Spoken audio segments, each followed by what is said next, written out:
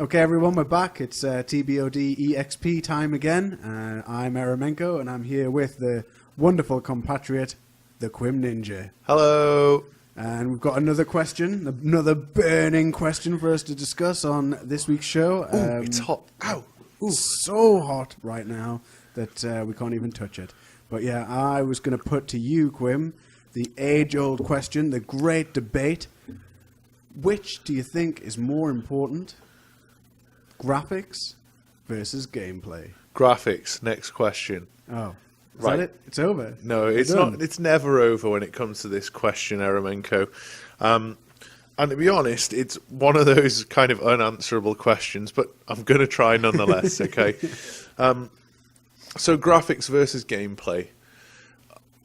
Well, I think, in all honesty, we're talking about games here. So you've got to have some gameplay in there.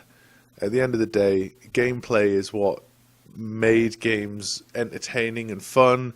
If the gameplay was shit, and you're not having fun in a game, that equals a bad game, right?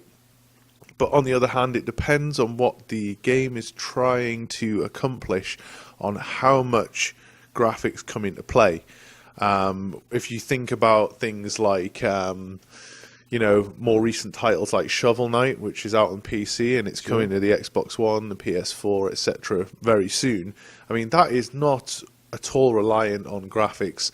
It does have that 8-bit charm, and it does look really good for a game that's going for that 8-bit style, but you wouldn't say that it was, a graphics power horse or anything like that. It does all come down to the gameplay. But then when you think of, games like, your more open worldy, more AAA type of things like, your Far Cry's or your Skyrims, if we're going to hark back a bit, those suddenly graphics comes more into play. And the reason that comes into play, for me, is down to the immersion. If something looks fantastic, you can kind of get involved in the world a lot more for that type of game. I'm not saying immersion doesn't exist when you're playing things like your Shovel Knights or, your 10-second ninjas, but certainly in those bigger games, you are less forgiving if there is a graphical glitch or a hiccup, etc., because that pulls you out of the moment of you taking on the role of whatever it is you're playing. I know, for example, when we've been playing Battlefield 4 when it came out, I remember Crimbot, like when he was playing it, he was seeing certain kind of graphical glitches, like he didn't think the grass looked very good here and there, or he thought a tree looked bad or whatever, and that was affecting how he weighed up how nice the game looked. So games which implement good graphics have to do it really well in order to make the game more enjoyable. Absolutely. For me, graphics will take the secondary.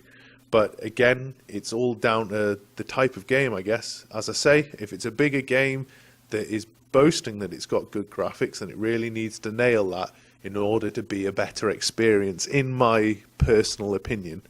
I mean, where do you fall on the whole situation? Well, I think I tend to agree with you in that gameplay is at least as important as graphics. Yeah.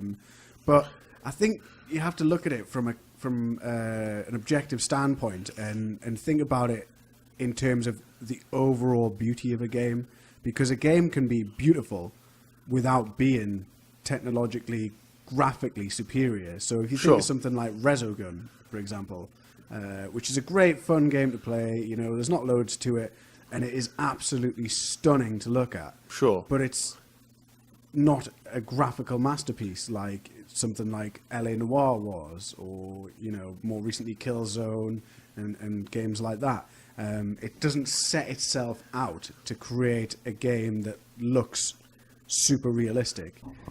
It's made with voxels, and it still managed to achieve a hell of a lot of beauty. Something like Journey as well, you know, it's got that distinctive art style, and the graphics are incredible in that game. The gameplay is incredible in that game, and it's just. But it does it with very little. Yeah, Less is more in those kind of situations. Absolutely.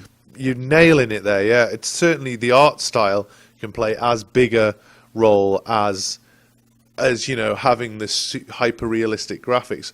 Often games that use those kind of simplistic but very striking art styles stand the test of time more. Much more. You know, if you look at, well, so if we go back to the PS1 era, right? All of those games when they came out, you know, when they were started using 3D polygons, people were like, fucking hell, this is the fucking cutting edge, this, like, you know what I mean? Nowadays, if you looked at a PS1 game, you'd be like, whoa, that is fugly. Yeah, absolutely. Whereas if you look at Super Mario World, or, you know, the first Sonic, or whatever, those graphics stand the test of time more, because they have that charm, you know? Yeah, absolutely. And, I mean, you've mentioned Shovel Knight there, and, you know, Rogue Legacy is something I've been playing a lot of lately on my Vita.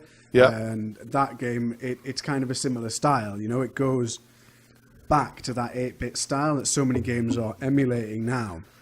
But there's a big difference between emulating an 8-bit style and being an 8-bit game, because the number of pixels that they have on the screen is much greater. They can do so much more with pixel art now than they could, you know, in the days of the NES. And Very the true. Master System. You couldn't run Shovel Knight or Rogue Legacy on a Super Nintendo. No, you can have so much more going on the screen at one time, and, you know, all these elements combined together would be way too much for an 8-bit machine to process. Yeah. But they are choosing to go down that 8-bit style because they feel that that's most befitting of their game. Sure. You know, it's not. That's a graphical choice rather than a graphical limitation, I feel. Yeah. And I think sometimes people look at games like that and they're like, well, it looks like old-fashioned graphics. Why would I want to play that sort of thing? And that's.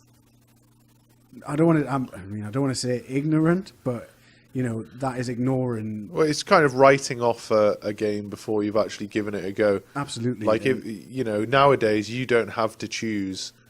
You don't have to do that because of graphical limitations. It is a choice, as you say. I mean, there are a lot of free kind of engines nowadays, like Unity, etc., which can create some amazing and beautiful rendered realistic environments, which, you know, any dev could pick up and learn to use if they so want and get on with it. These games like your Rogue Legacies, your Shovel Knights, your Tower Falls have decided to go down that kind of 8-bit route because that is something that speaks to them, I guess, and it speaks to fans as well in a nostalgic fashion, you know. And I think sometimes as a gamer, we can see things through these gamers' rose-tinted spectacles, you know, and you'd be like, oh wow, I'm playing Towerfall Ascension. It looks just like a game I was playing when I was 8 years old or whatever, but it doesn't, you know. Yeah. It's not comparable in so many ways, you know. There's so much more going on behind the scenes and within the engine than there was in Super Mario Land or whatever the first one was called. Yeah. Mario Brothers and stuff like that. And I mean, even just colors, you know, the variety of colors and the pixels. You know, you look back at the old Mario games and the skin tones and stuff were really off, and in the original Legend of Zelda game, the same thing, you know, because they didn't have the range of colors to choose from that they do now, even with these pixel art games. So graphics are definitely important to me, but it is exactly as you say. If a game sets itself out to look realistic and then has a lot of graphical impurities, that's going to mess with you. That's going to make the game deter from the overall quality of the game. Whereas if the gameplay it wouldn't matter. Even then, it wouldn't matter if the gameplay was solid. If these graphical imperfections were so glaring that they took you out of the experience, then it would be detrimental to the title as a whole. Yeah. And sticking with that, a game that champions itself as having amazing, you know, realistic graphics is certainly setting itself up for more criticism than those that don't. You know, so and they suddenly find that they're becoming more reliant and leaning more on making the graphics better and better and better.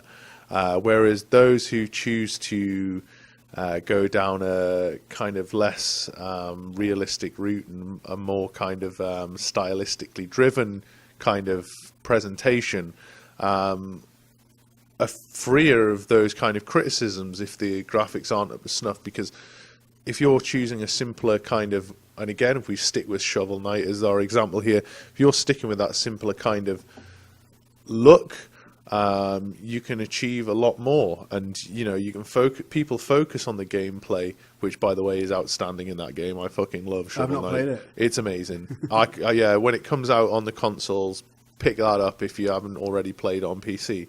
But yeah, they just have a lot less kind of pressure to make a game look absolutely fucking amazing. Yeah, I think that, as you say, graphics are only important, really, if the developer chooses to make it one of their main priorities. Yeah, and I think, a really good example of something that's taken the stylized route and still managed to create a game that looks really, really good is Don't Starve. Our playthrough of that on YouTube's probably over by now, but I should probably put some kind of link in the description or in the video itself. Oh wait, it might be below us though. You can watch it. It could be anywhere. It might be on the screen. It might be like as a mustache on my face. That would be good. Ghostly mustache, you might say. You might. Yeah, Don't Starve takes a style which everyone's commented that it's a very Tim Burton-esque thing. It takes that sort of animation style and puts that into a game, and it's something that is possibly as difficult to achieve as making the most realistic faces as they would in Beyond Two Souls, because you've still got to nail it. You've got to get it right. Every aspect of that world has to be in that style, and it's something that they did fantastically in Don't Starve. Well, take something like South Park: The Stick of Truth. Yeah. Oh man, that game's class. See, I've got it, not played it. Again, I know I have to, but that game, based on a very kind of simple kind of animation style, if they hadn't nailed that, then the whole thing would fall apart. Well, the whole thing could fall apart when it's meant to be. Before they've tried to make 3D versions of South Park games. Terrible games. Yeah, awful. Terrible games. But that's partly down to the gameplay and the graphics sucking in those cases. As I say, I think it comes down to how much reliance you put on it. But if at the same time, if the gameplay's there and your graphics are a bit shit, that can detract. You might not be putting any priority on it, but if it's not beautiful to behold, then it might put people off playing it. Yeah, for sure. And I think, like you were talking about the PS1 era before, I think those games, weirdly, the ones that were ahead of their time at the time, making these 3D polygon graphics, are the ones that suffer most from that issue. Sure. Because those are the ones that, they're nowhere near that uncanny valley. They're so far away from that uncanny valley that it's just freaky and like horrible to look at in many ways. Yeah, I mean, it's like to draw a more kind of real world example. If you were to look into the world of architecture, and we'll look at modern architecture. So, for example, something built in the 60s or 70s in the modern style from then is so dated now. Yeah. But then when you check out, Gothic architecture like a cathedral, etc., that still holds up as beautiful.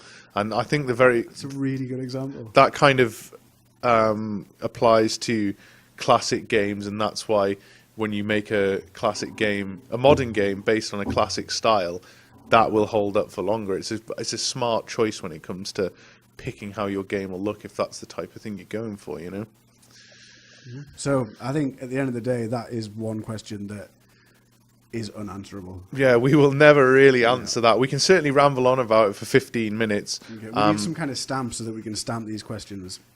Unanswerable. Yeah, well, in fact, if any of you work in a stamp factory and want to make us like a rubber stamp that we can use, then let us know at TBoD or Die.